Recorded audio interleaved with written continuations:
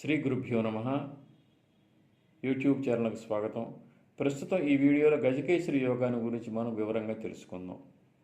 గజకేసరి యోగం ఏ విధంగా ఏర్పడుతుంది, గజకేసరి యోగం వల్ల ఎటువంటి ఫలితాలు కలుగుతాయి, గజకేసరి యోగం ఎవరెవరికి వర్తిస్తుంది, ఎవరెవరు వర్తించదో అన్ని విషయాలు కూడా సమగ్రంగా ఈ వీడియోలో వివరించడం జరుగుతుంది. స్కిప్ చేయకుండా చివరి వరకు వీక్షించండి. చంద్రాత్తు కేంద్రాలలో కనుక గురుగ్రహం ఉన్నట్లయితే గజకేసరి యోగంగా చెప్పబడింది. అంటే చంద్రుడున్న స్థానం నుంచి 1, 4, 7, 10 స్థానాలలో గురుగ్రహం కనుక ఉన్నట్లయితే అది గజకేసరి యోగంగా చెప్పబడింది. అలాగే చంద్రగురువులు కలిసి ఉన్నా సరే గజకేసరి యోగంగా చెప్పబడింది. ఇంకా కొన్ని గ్రంథాల్లో లగ్నం నుండి గురుడు కేంద్రాల్లో ఉన్నా కానీ గజకేసరి యోగంగా చెప్పబడింది. గజకేసరి యోగం ఉన్నవారు ధనవంతులుగా, గుణవంతులుగా కీర్తి ప్రతిష్టలు గడిస్తారు. వీరికి సంఘంలో విపరీతమైన గౌరవ మర్యాదలు ఉంటాయి, కీర్తి ప్రతిష్టలు ఉంటాయి. మరణానంతరం కూడా వీరి కీర్తి చిరస్థాయిగా ఉంటుంది. సుఖప్రదమైన జీవితాన్ని గడుపుతారు.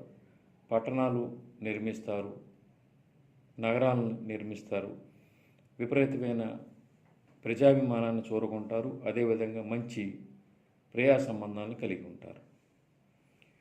ఇక గజకేసరి యోగం గురుచంద్రుల కలయిక వల్ల ఏర్పడుతుందని చెప్పబడింది. కానీ గురుచంద్రులు చాలా జాతకాలు కలిసే ఉంటాయి. అదేవిధంగా చంద్రుడి నుండి కేంద్రాల్లో లేదా లగ్నం నుండి కేంద్రాల్లో కూడా చాలా జాతకాల్లో మరి ఈ గురుగ్రహం కేంద్రాల్లో ఉండటం జరుగుతుంది. ఈ విధంగా ఉన్న అందరికి కూడా గజకేసరి యోగం వర్తిస్తుందా అంటే చెప్పలేము. గజకేసరి యోగానికి కొన్ని లిమిటేషన్స్ ఉన్నాయి, పరిమితులు ఉన్నాయి. వాటిని మనం పరిగణలో తీసుకోవాలి. జాతకంలో చంద్రగురులు కలిసి ఉన్న వెంటనే మనం గజకేసరి యోగంగా భావించకూడదు. అదేవిధంగా చంద్రుడి నుండి గురుడు కేంద్రాల్లో ఉంటే వెంటనే మనం గజకేసరి యోగంగా పరిగణించకూడదు. దానికి కొన్ని పరిమితులను మనం స్పష్టంగా చూడాలి. ఇక్కడ గజకేసరి యోగం మనం గమనించేటప్పుడు ఏ గ్రహం కూడా, చంద్రుడు కానీ గురుడు కానీ ఇద్దరు కూడా అస్తంగత్వం పొందకూడదు. రవికి దగ్గరగా ఉంటే ఏ గ్రహమైన అస్తంగత్వ దోషాన్ని పొందుతుంది. గురుడు అస్తంగత దోషంలో ఉండకూడదు, చంద్రుడు కూడా అస్తంగత దోషంలో ఉండకూడదు. అదేవిధంగా ఈ రెండు గ్రహాలు గురుచంద్రుడి మీద పాపగ్రహ దృష్టి ఉండకూడదు. అంటే శని ముఖ్యంగా నైసర్గిక పాపగ్రహ దృష్టి కనుక ఉన్నట్లయితే చంద్రుడికి కానీ గురుడికి కానీ, ఒకళ్ళకి ఇప్పుడు గురుడి మీద కుజ సంబంధం కానీ శని సంబంధం కానీ ఉన్నదనుకుందాం. చంద్రుడు గురుడు కేంద్రాల్లో ఉన్నా కానీ లేదా చంద్రుడితో కలిసినా కానీ గజకేసరి యోగం ఏర్పడదు. అంటే పాపగ్రహ సంబంధం గురుగ్రహానికి ఉండకూడదు, పాపగ్రహ సంబంధం ఉండకూడదు. అదేవిధంగా గురుడు కానీ చంద్రుడు కానీ అస్తంగత్వాన్ని కూడా పొందకూడదు. అదేవిధంగా 6వ స్థానంలో, లగ్నం నుండి 6వ స్థానంలో చంద్రగురుడు కలిసినా కానీ గజకేసరి యోగంగా మనం చెప్పకూడదు. వీటిని మనం ముఖ్యంగా గమనించాలి. ఇవి చూడకుండా వెంటనే మనం గజకేసరి యోగం ఉందని భావించరాదు. ముఖ్యంగా పరిశీలనలో తేలుతున్న విషయం ఏంటంటే, చంద్రుడికి ఉచ్చరాశి అని వృషభ రాశిలో చంద్రగురుడు కలిసిన, గురుడికి ఉచ్చరాశి అని కర్కాటక రాశిలో గురుచంద్రుడు కలిసినా కానీ గజకేసరి యోగం బాగా వర్కౌట్ అవుతుంది. చాలా జాతకాల్లో మనం గమనించడం జరిగింది. అంటే వృషభ రాశి అంటే చంద్రుడికి ఉచ్చరాశి, దాంట్లో గురుచంద్రుడు కలిసినా కానీ, అదేవిధంగా గురుడికి ఉచ్చరాశి కర్కాటకం, దాంట్లో గురుచంద్రుడు కలిసినా కానీ ఈ యోగం బాగా బలంగా ఏర్పడుతుంది. ఇది చాలా జాతకాలు మీరు కూడా చూస్తే అర్థమవుతుంది మీకు. అదేవిధంగా గురుక్షేత్రాలు చంద్రక్షేత్రంలో కనుక చంద్ర గురులు కలిసిన మనకి ఈ యోగం బలంగా ఏర్పడుతుంది. అయితే ఇక్కడ కూడా మన అస్తంగత దోషాలను కూడా పరిశీలన చేయాలి. అదేవిధంగా పాపగ్రహ దృష్టిని కూడా పరిశీలన చేయాలి.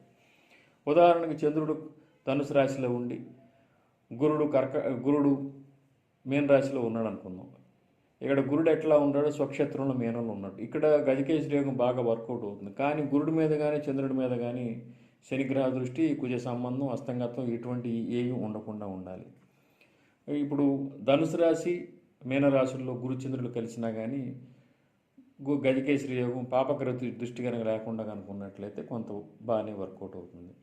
ముఖ్యంగా గజకేసరి యోగం అంటే చంద్రుడి నుంచి కేంద్రాల్లో 1, 4, 7, 10లో గురుగ్రహం ఉండాలి.